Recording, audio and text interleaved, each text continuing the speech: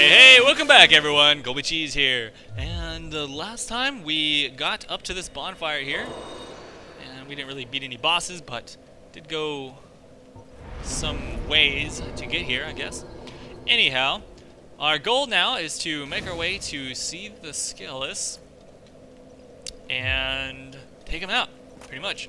But in order to do so, we're going to have to unlock a few things, and by unlock a few things, I mean we're gonna have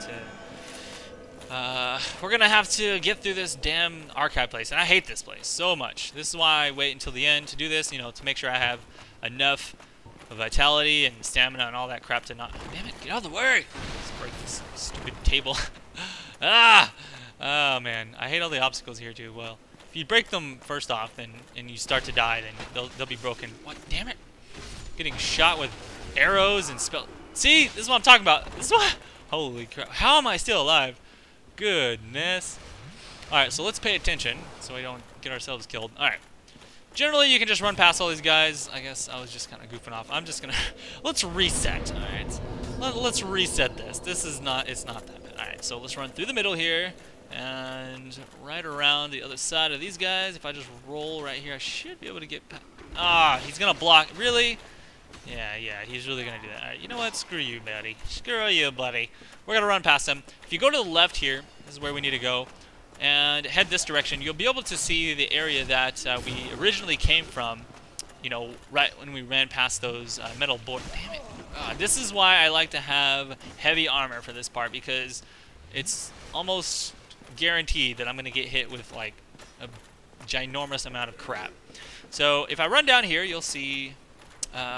I believe that is the area that we came from earlier when we pulled the lever.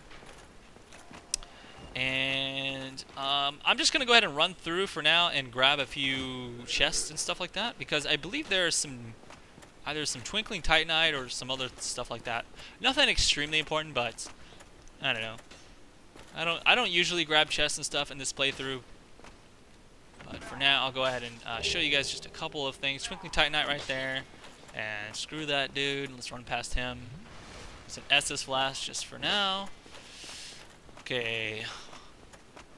So the idea of this place is we need to go up actually one level higher, because you're gonna have to rotate some staircases. Which you see those little gears on that pillar over there?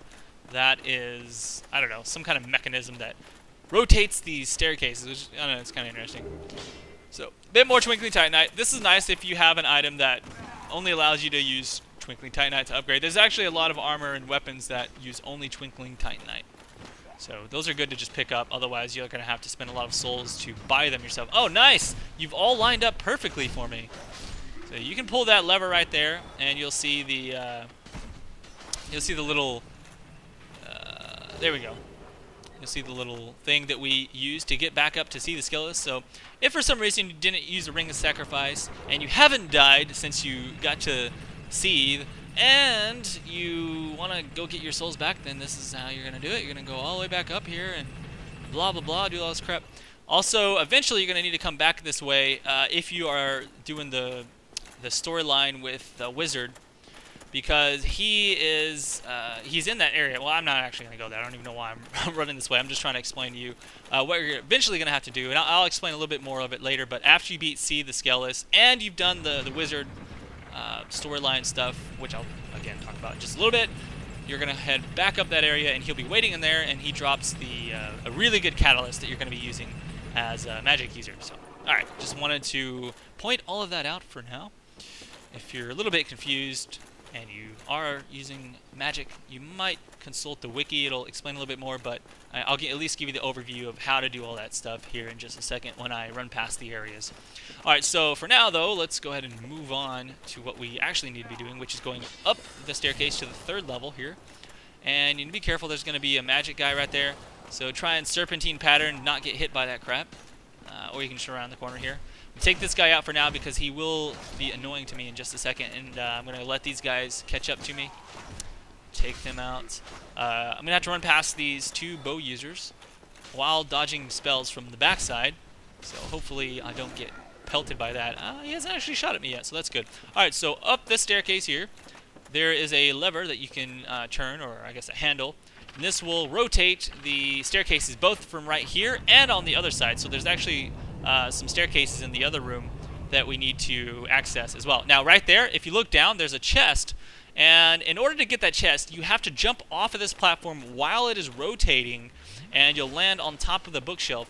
And what's in that chest is actually a pretty good item. It's like a machine gun crossbow. It shoots, I think, like 3 or 4 bolts, and it's like, it's really cool if you're going to be doing some PvP. I've seen some people use it.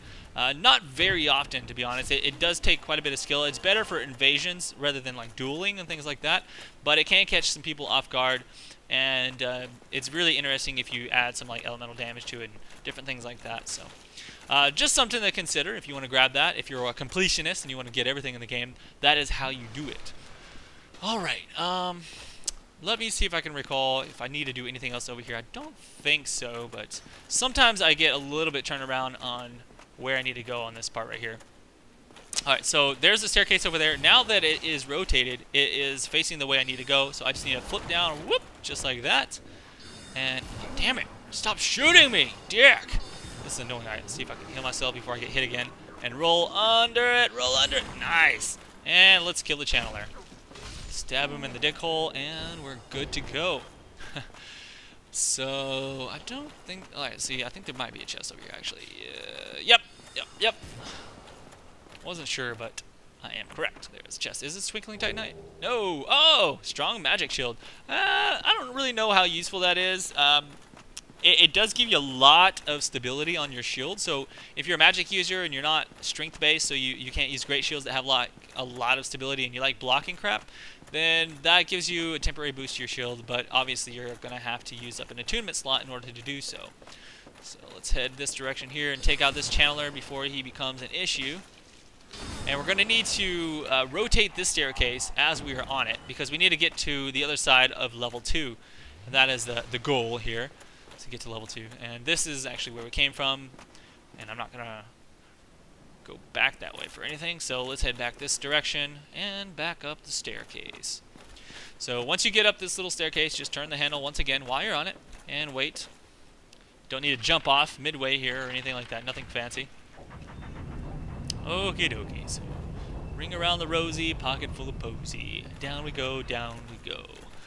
And right through this doorway, we are going to see a dude with a bow and arrow. I don't care.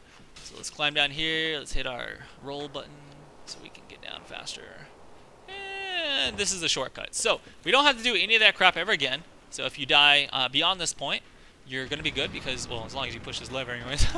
Alright, so in this room right here, if you rescued the wizard, he's going to be in this room. And what you want to do his quest line is you need to talk to him as much as he'll talk to you, and then you need to buy his items. So he sells a bunch of sorceries. You have to buy every single one of them, even if you already own one of them, even if you already own Crystal Spear or whatever that case is.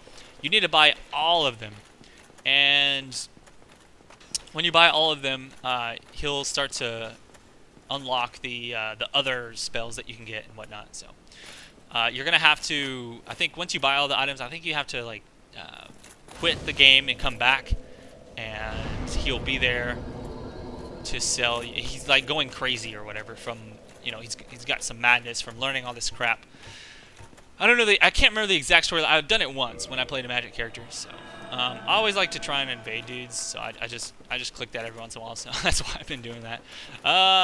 So yeah, anyways, that's pretty much it. If you're a magic user, you have to do all that crap. And through here somewhere, oh yeah, I forgot, evasion cancel if you come this direction.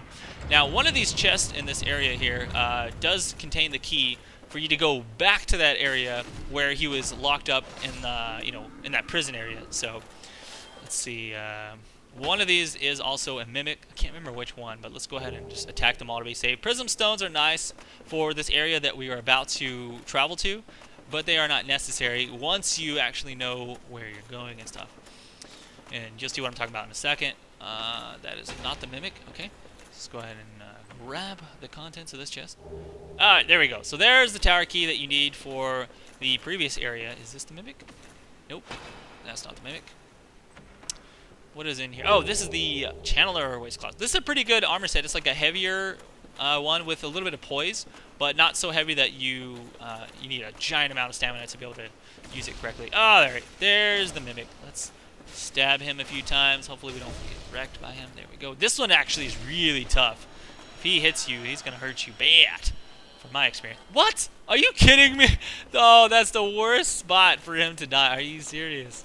What is the deal, man? Okay, I do not approve. All right, let's see. We just get right over here. No, damn it. Ugh. I know I can loot that. That is that's the worst spot for him to die. Are you kidding me? All right, let's see. I just need to ease right up. Oh, there we go. And this is the enchanted falchion. Now, those are actually really nice if you have a lot of int. Then that'll give you, I think, an A rating. If you enchant a weapon with enchanted, then that'll make it scale very well on your int. Also, this area here, I'm going to skip most of these guys, but there should be an orange crystal dude that is pretty tough here, but only if you've done the Sigmar or whatever quest line, the Onion Knight, you know, the big, foldy, fat knight dude that you see at Sin's Fortress initially. If you've done all this stuff where you talk to him, then you should see an orange crystal dude there, and you kill it. It will drop his daughter or whatever, and then, you know, I don't know. It's part of the quest line. So if you're interested in doing all that, then I definitely did not show you guys all that, because that would have required I do a lot of extra running around that I didn't want to do. So maybe in another playthrough, if you really want to see all that stuff, I can do that. But for now, you can just figure that out on your own. Alright, so this area has a bunch of hidden pathways. In other words, floors that are invisible. So as you can see, there is the first one, and it leads up to an area that you can grab some humanity. So I'm going to show you guys the quick way to get through here. This was actually very annoying for me the first time. Oh, look at that. It's a moonlight butterfly. Don't attack them. They are not hostile, but they will kick your ass if you do attack them. So anyways, like I said, this place took forever the first time through. If you're lucky, you're going to have some hints here where people will put down messages on the invisible road. So it'll make it a little bit easier for you to see where to go. And you can fight this guy if you want, but he's actually really tough. And so I'm just going to skip him for now. I'm going to head all the way to the end of this and right up here. And if you look down, right over here, there should be an area if you go between these two crystals. Okay, thank God. Sometimes I forget the exact spot, but luckily there's actually some writing here. And that's where you want to drop down and run straight. So we pretty much skipped a lot of the trouble in this area. I'm going to make this look way more trivial than it actually was the first time I played through. But generally, you have to like watch where the snowflakes are falling. And there's other pathways. There's like different ways to get here, but that's the fastest way. But like I said, yeah, there's snowflakes that fall, and you'll see they hit the ground instead of falling through, and that's how you know where to walk. This part is annoying. These are the weird clam creatures. What I like to do is run right past them. And here's kind of the trick that you can do for this area. You want to run past all of them all the way through, and you're going to activate the Seath the Scaleless fight. So let's watch the little cutscene. Alright, so that little device right there is what basically makes Seath invincible to where you can't hurt him. So if you try and fight him right now, he will take no damage. And he just floats in like a fairy princess, or I don't know, it's kind of weird. Oh, he's passed. Look at that guy. He's crazy looking. This is a pretty interesting fight. He's actually blind, from what I understand. So he can only see you by hearing you. Therefore, oh crap, I forgot those clam guys are in. Alright, so what you need to go do is break this little crystal thingy right here, and then you need to save and quit the game. Well, unless you seriously want to fight these clam guys that followed you in. So we're going to do that now. Save and quit the game. But anyways, let's talk about Seath. So he's actually blind, and so he can't see you. He can only hear you. If you have the magic spell, the what is it called? Well, I don't know. There's either a magic spell that makes your footsteps quieter, and there's also a ring that you can get from Sin's Fortress, which I didn't get, but you have to get it from exploring. It'll make your footsteps quieter. If you use that for the fight, then he actually won't be able to see you, and the fight kind of behaves differently. He'll still do all of his attacks and stuff, but he's not going to try and like turn and like... I can't remember exactly what it does because I've never done it in person. Oh, crap. Whew, that was just in time there. So once you reload the game, you got to run back through here. And the idea for Seath is that you want to probably run up to the backside of him for the most part. and just keep stabbing him in one of his tentacles. Now, if you are an Int user, you will definitely want this sword. Well, I think so anyways. It's a really good sword. It's a Moonlight Greatsword. The only way to get it is to use a slashing weapon. You have to use a slashing weapon, and you have to cut off his tail. So if you're about to kill him and you haven't cut off his tail, I would say just let him kill you, and then, because you're obviously not, oh shit, I'm gonna get cursed here. Yeah, oh man, I really messed up.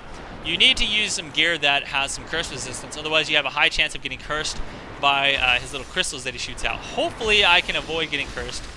So I'm just gonna go ahead and try and kill him as fast as possible. Alright, he's gonna form these crystals here. I really don't know how to dodge those normally. I mean, he does shoot them in a higher concentration in front of him, so hopefully we can avoid it for the most part. Alright, let's just keep on stabbing this guy. Should be good to go. I've never actually been cursed by this guy, ever. I've had some close calls, but generally I can kill him pretty quick. Alright, so let's stab him, stab him. Okay, so he's almost dead. This fight is actually really easy. Like I said, you just stay next to his tail, and you can... Oh, God. Oh, that hit me right in the face. No, I'm gonna get cursed! Holy crap. Oh, my God. Okay, it figures. The one time I do get cursed, out of the, like, 10 times I beat this guy, it's gonna be when I'm recording, so... Alright, well that's a good example. So I'm going to skip, okay, what I did, I just skipped like 6 minutes of me running back and curing myself of the curse from the guy in the Undead Parish. You'll see I'm wearing different armor right now. I equipped myself with the Paladin armor, which we got from the Tomb of the Giants.